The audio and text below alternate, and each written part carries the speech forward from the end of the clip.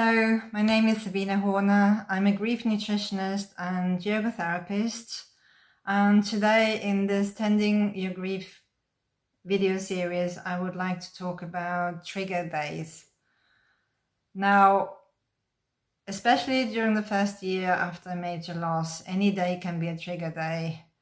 When we remember the last time we did something with a loved one, that can trigger your grief.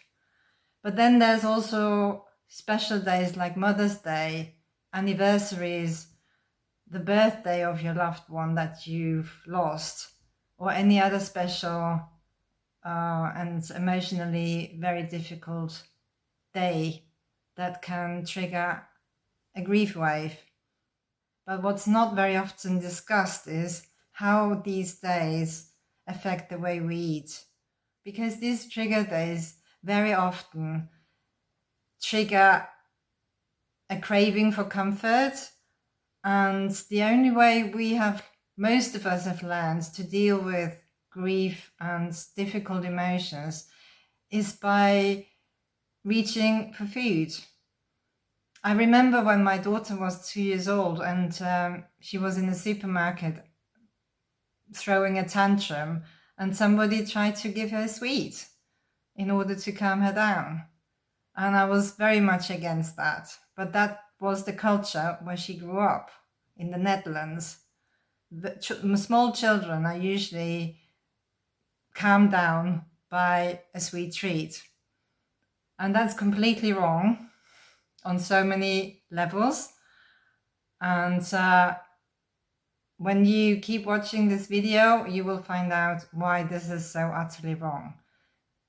Suppressing our emotions is never a good thing, and suppressing them by reaching to comfort food, traditional comfort food, which is highly processed food, usually high unhealthy fats, rich in sugar and low in fiber, is really not going to help with our emotions.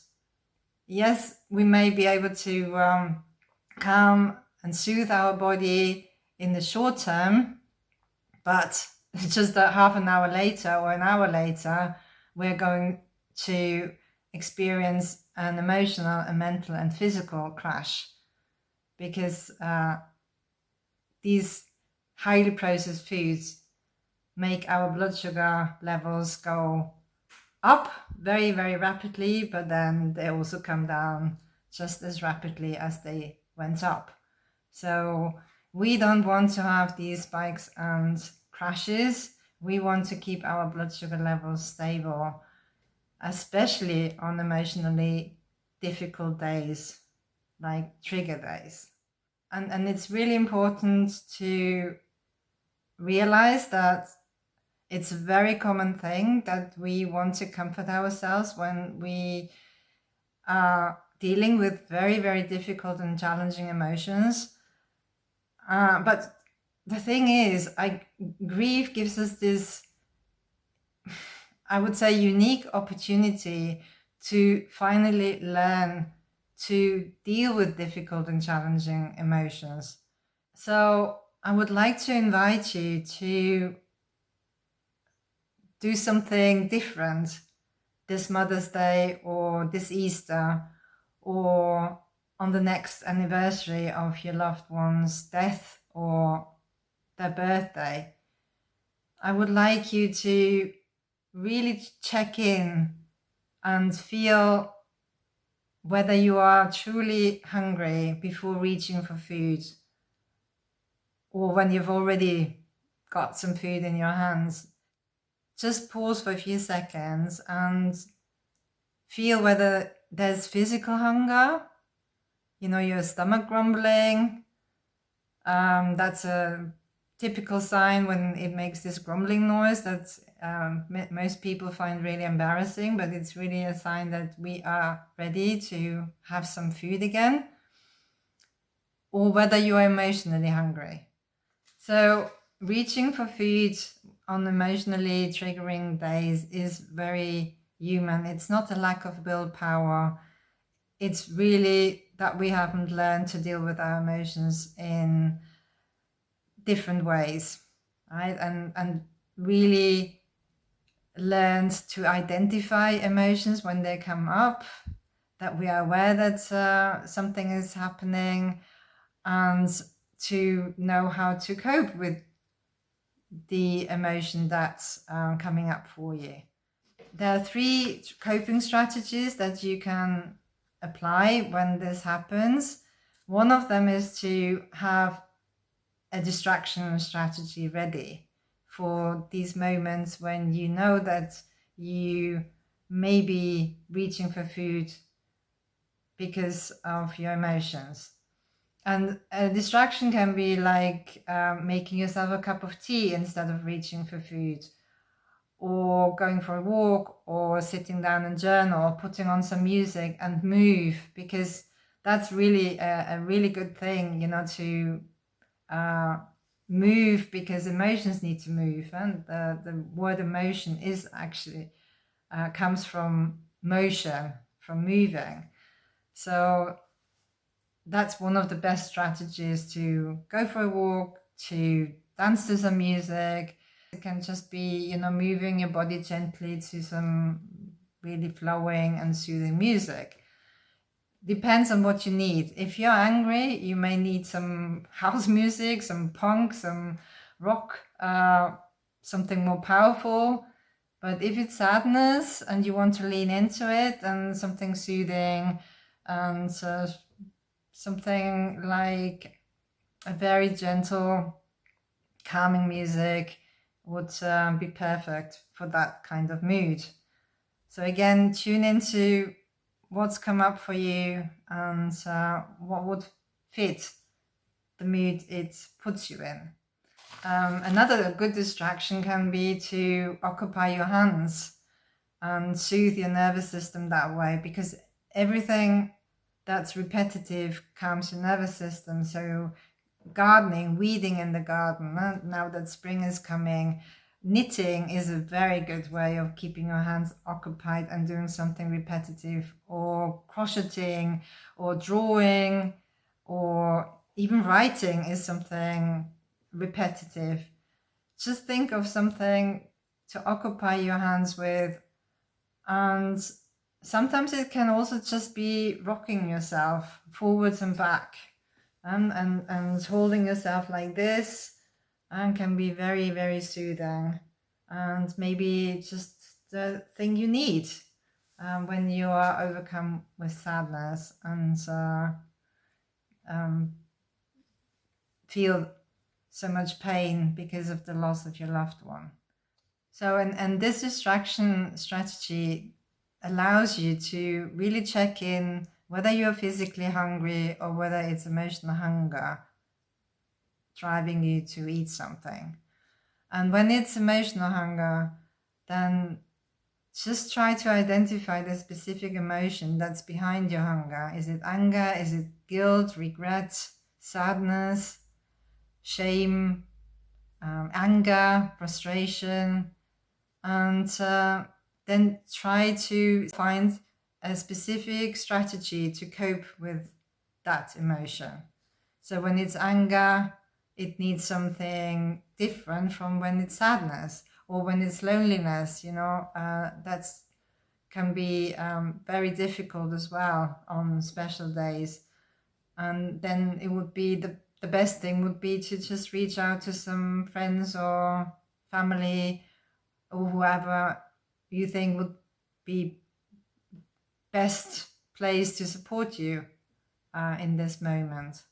I remember an Easter holiday when I was feeling very much alone, because I don't have family in the UK, and all my friends were enjoying the Easter holiday weekend with their family. So what I did was I reached out to 3 different friends in 3 different countries, and fortunately for me, they were available, and I passed a really nice afternoon sitting in the garden in the sunshine, not feeling lonely, but speaking to 3 friends far away. And that really helped me get through that difficult Easter weekend.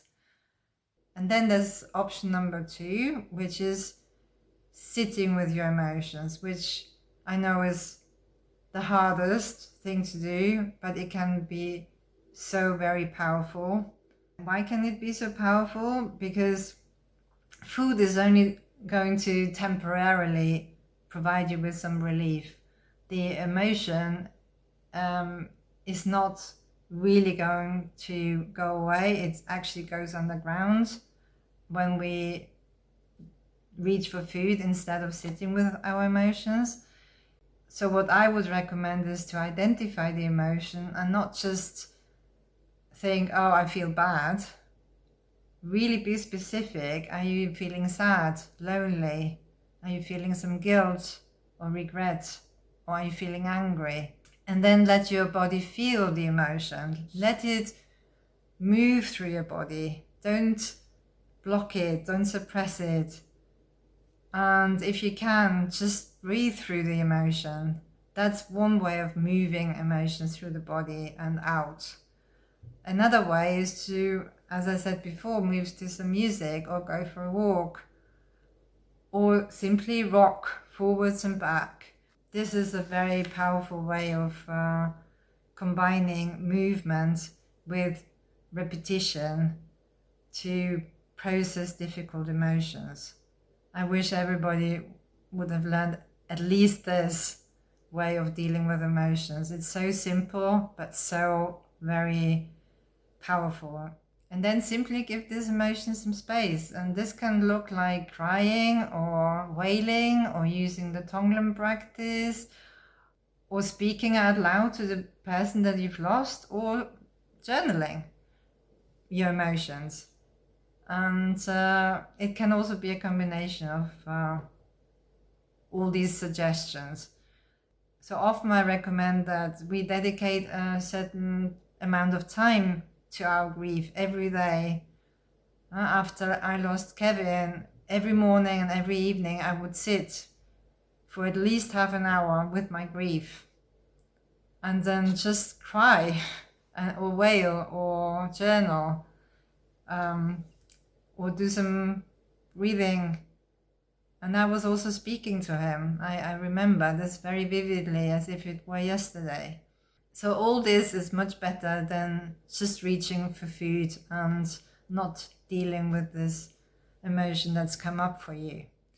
And then, of course, if you find distracting yourself difficult or sitting with your emotions too much because it's too overwhelming, I get it, then there's always a healthier food or snack that you could reach for.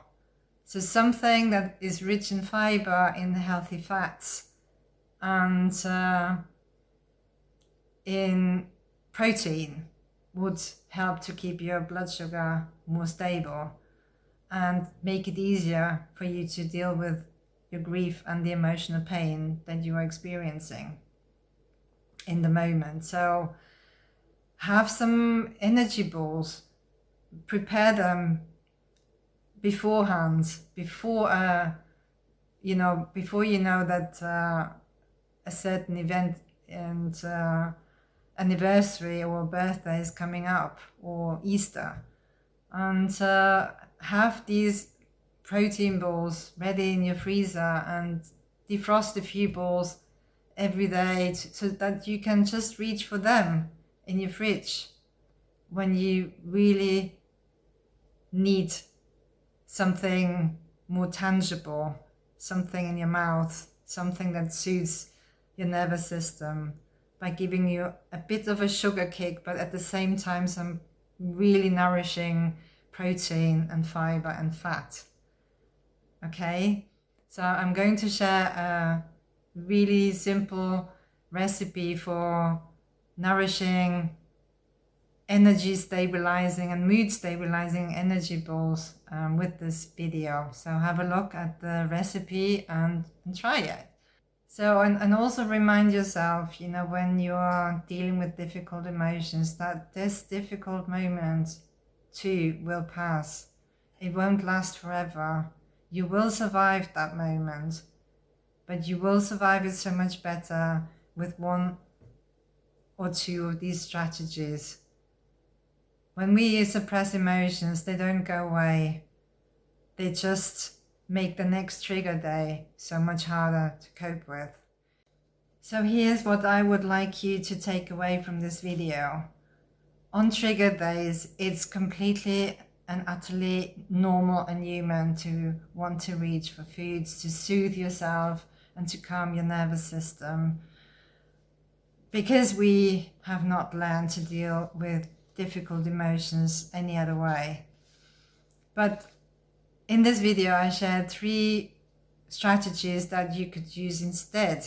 You could either reach for healthier foods, like a protein bowl as a snack to tie you over this difficult moment, or you could distract yourself and, for example, use movement to help you get through this difficult moment. Or you can sit with your emotions, and then you could use movement together with sound or your breath in order to move the emotion that has come up for you through your body, and not suppress it by reaching for food. So if you've found this video helpful, then consider sharing it with other bereaved people who may benefit from hearing my suggestions and ideas of how to cope better with grief. And maybe also subscribe to my YouTube channel so that you won't miss the next video in this Tending Your Grief video series. Until then, I wish you a good Mother's Day, and hope that you will get through Easter as best as you can, using these coping strategies when your first instinct and impulse would be reaching for food.